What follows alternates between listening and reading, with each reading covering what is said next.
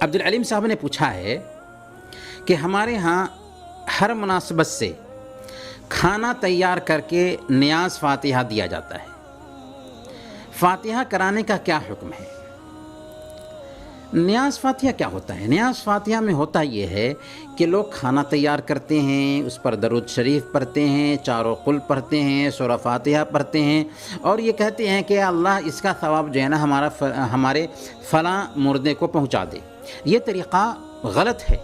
اس میں شریعت کی مخالفت پائی جاتی ہے، یہ خود ساختہ عمل ہے، یہ بدعت ہے۔ مردے کے ایصال ثواب کا جائز طریقہ یہ ہے کہ اس کی طرف سے صدقہ کیا جائے۔ اگر اللہ تعالیٰ نے ہم کو دیا ہے تو ہم جتنا چاہیں صدقہ کریں، یا یہ بھی ہو سکتا ہے کہ آپ کھانا پکا کر کے غریبوں کو کھلا دیں، لیکن بغیر کسی دن اور مہینے کی تحدید کیے ہوئے۔ اگر کوئی آدمی دن اور مہینے کی تحدید کر کے کھانا بناتا ہے اور ایصال ثواب کے لیے غریبوں کو کھانا کھلاتا ہے تو یہ بھی طریقہ غلط ہو جائے گا، کیونکہ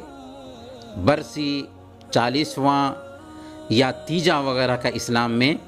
کوئی تصور نہیں ہے۔ مقصود یہ ہے کہ مردے کے ایصال ثواب کے لیے غربا اور مساکین کو اگر اناج دیا جائے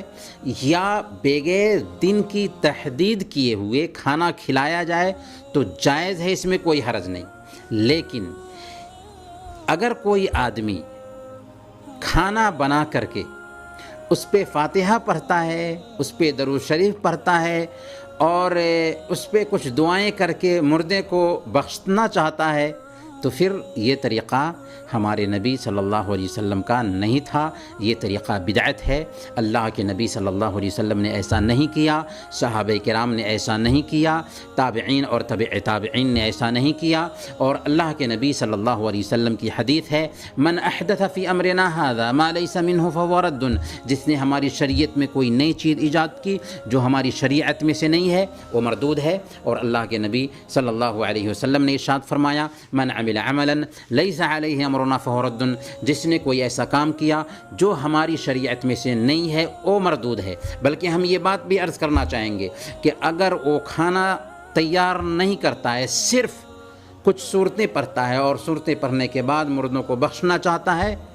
تو اس بات کی بھی گنجائش نہیں ہے، کیونکہ قرآن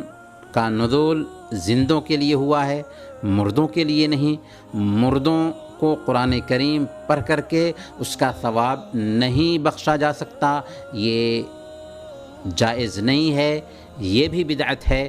بس مردوں کو ثواب پہنچانا ہے تو ہم ان کے لیے دعا کریں، ان کے لیے صدقہ کریں، جس حد تک ہو سکتا ہے ہم صدقہ کریں، اور اگر انہوں نے کوئی نیکی کا کام کیا تھا، اگر انہوں نے علم سکھایا تھا تو اس علم کا بھی ان کو ثواب ملتا رہے گا۔ یہ ہے مردوں کے ایصال ثواب کے لیے جائز طریقہ کہ علم جس سے فائدہ اٹھایا جائے، صدقہ جاریہ اور دعا